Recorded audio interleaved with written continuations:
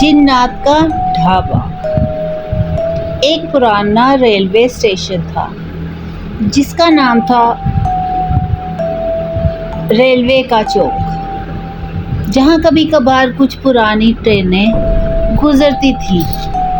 اس station کے قریب ایک ڈھابا تھا جسے جنات کا ڈھابا کہا جاتا تھا۔ لوگ کہتے تھے کہ وہاں رات کے وقت عجیب و غریب آوازیں آتی ہیں اور کبھی کبھار لوگوں نے وہاں جنات کو بھی دیکھا تھا۔ ایک رات ایک نوجوان لڑکا علی اپنے دوستوں کے ساتھ ایک ٹرین کے سفر پر نکلا۔ رات کو جب وہ اس اسٹیشن پر رکے تو انہوں نے فیصلہ کیا کہ وہ جنات کے ڈھابے پر کچھ کھانا کھائیں گے۔ ڈھابے کی سجاوٹ پرانی اور عجیب تھی، لیکن علی اور اس کے دوستوں نے اس سے نظر انداز کر کے وہاں بیٹھنے کا فیصلہ کیا۔ جب انہوں نے کھانا مانگا تو وہاں کا مالک، ایک بوڑھا آدمی، انہیں عجیب سی نظروں سے دیکھنے لگا۔ اس نے کہا، یہاں کھانا کھانے سے پہلے تمہیں ایک کہانی سناؤں؟ وہ کہانی سناتے ہوئے بوڑھے نے بتایا کہ اس ڈھابے کے پاس ایک پراسرار ماضی ہے۔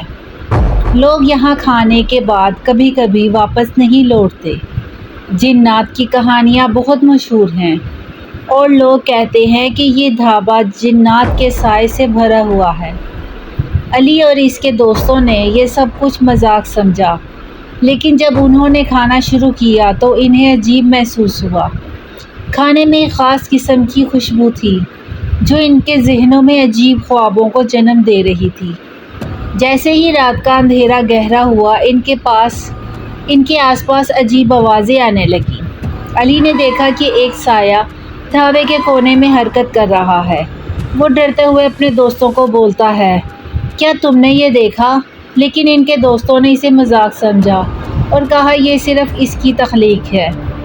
پھر اچانک ڈھابے کے دروازے پر ایک بھوتیا سایہ نظر آیا جس کی آنکھیں چمک رہی تھیں۔ اس نے کہا، تم یہاں کیوں آئے ہو؟ علی اور اس کے دوستوں نے خوف سے بھاگنے کی کوشش کی، لیکن دروازہ بند ہو چکا تھا۔ بوڑھے آدمی نے ہنستے ہوئے کہا، اب تم بھی ہمارے ساتھی بن گئے ہو۔ جنات کی بھوک کبھی ختم نہیں ہوتی۔ اچانک ڈھابے کے اندر سب کچھ اندھیرے میں ڈھل گیا۔ علی اور اس کے دوستوں کی چیخیں سنائی دیں، لیکن کوئی مدد کو نہیں آیا۔ اس رات جنات کا ڈھابا ایک اور روح کا انتظار کرنے لگا اور اسٹیشن کے پاس ایک اور افسانہ شروع ہوا۔ اس کے بعد کبھی کسی نے اس ڈھابے کا نام نہیں لیا اور لوگ رات کے وقت وہاں جانے سے ڈرتے رہے۔ جنات کا ڈھابا اب ایک خالی جگہ بن چکا تھا جہاں صرف خاموشی اور خوف رہ گیا تھا۔